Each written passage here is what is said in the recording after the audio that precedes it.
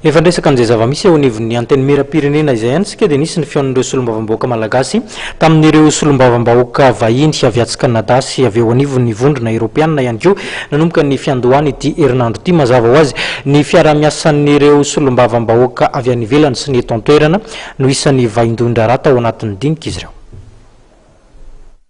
Miona tamin'ireo parlementaira vahiny avy any Kanada sy avy amin'ny vondrona Europeanina ireo solon-tenan'ny parlementaira malagasy izay nahitana ireo solombavam-bahoaka avy amin'ny vondrona Mapara ary ihany koa ireo tsy miankina. Fotoana izay niresahana indrindra ny fiara-miasan'i Madagasikara amin'ireo firenena vahiny ireo.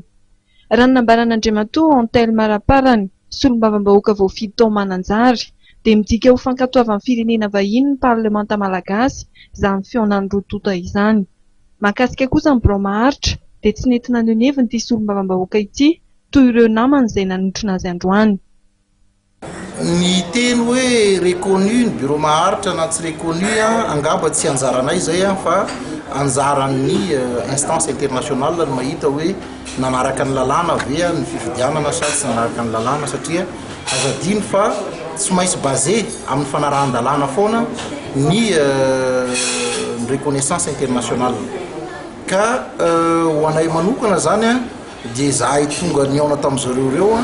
dia solo-tenan'ny parlemanta solo-tenan'ny vahoaka izay manerana ny Madagasikara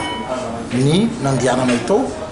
ary eritreretinay fa izay échange izay ny zava-dehibe sy ny résultat ateraka an'izay échange zay rehefa avy eo fa tsy dia apetratsika ntsony amin'ilay resaka fifandrohitana ny zava-misy amin'izao fotoana izao satria raha malala fa tamin'ny maraina teo ohatra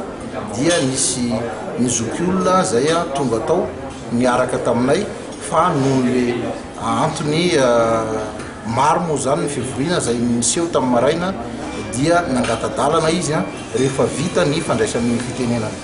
Nanamafy kosa ireto solombavam-bahoaka izay niona tamin'ireo parlementaira vahiny ireto fa ny firosoana amin'ny famparosoana izao no mamaika ary efa mivonona amin'ny fandresen-dahatra ny fahefana-panatanteraka any amin'ny firenena misy azy ireo parlementaira vahiny hiara-iasa amin'ny firenena malagasy.